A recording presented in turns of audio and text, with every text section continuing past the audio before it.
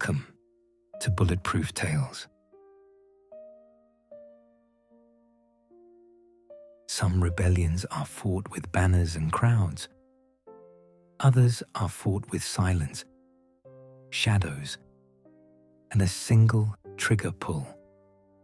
Tonight, we uncover the story of a few men who defied the rules of war, and in doing so, changed warfare forever.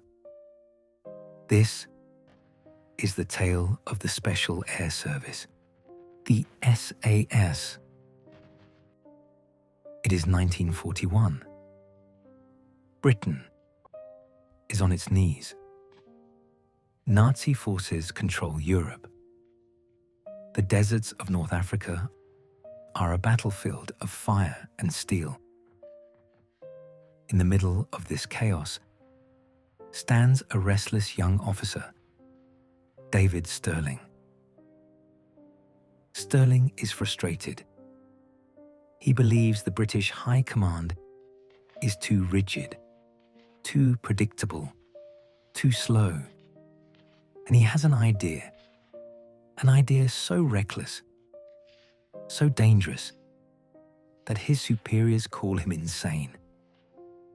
He proposes a unit of just a few dozen men, not to fight in the open, but to strike where the enemy least expects.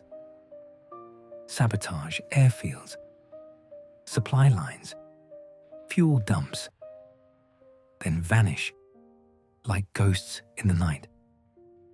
Sterling tells them, if you hit the enemy where he is weakest, with speed and surprise, a handful of men can achieve what a whole army cannot.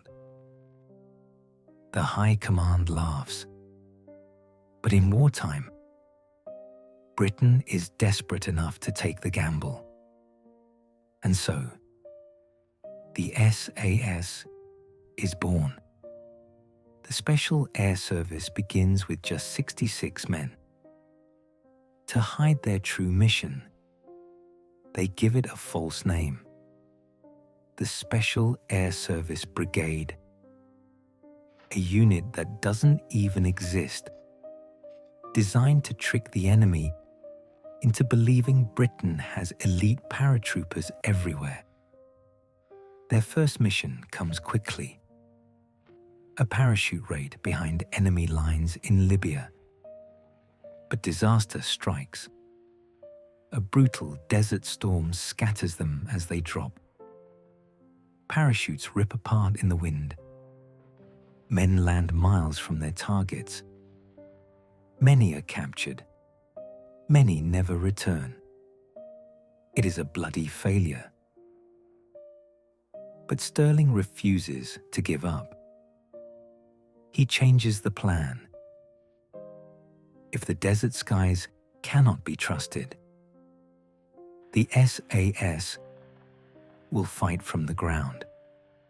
With jeeps, by night, the SAS drive deep into enemy territory. They strike airfields while the enemy sleeps. They plant explosives on German and Italian planes. One by one, engines shatter, wings explode. Hundreds of aircraft are destroyed on the ground, all without a single dogfight. The SAS grow bolder. They mount twin Vickers guns onto their jeeps. Under cover of darkness, they storm across airstrips, cutting down guards and fueling chaos. The Germans begin to whisper of a ghost army. They call Sterling the Phantom Major. The truth is stranger than the legend. These weren't superheroes. They were exhausted, dirty, half mad with heat and hunger. But they were relentless, and they were winning. By 1943, Sterling himself is captured. But by then, the SAS has become unstoppable. What started as a crazy idea, a rebellion against tradition, has become the most feared fighting unit of the war. From the deserts of Africa to the forests of Europe, the SAS proved that small teams of determined men can bring empires to their knees. Their motto is simple: who dares wins.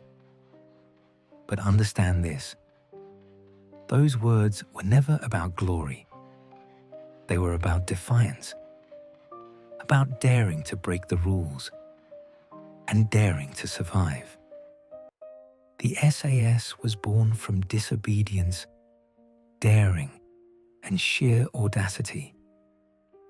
They showed the world that even in the darkest of times, a handful of rebels can rewrite the rules of war. Do you think it was raw courage or sheer madness that made them unstoppable? Until next week, remember, ideas are bulletproof.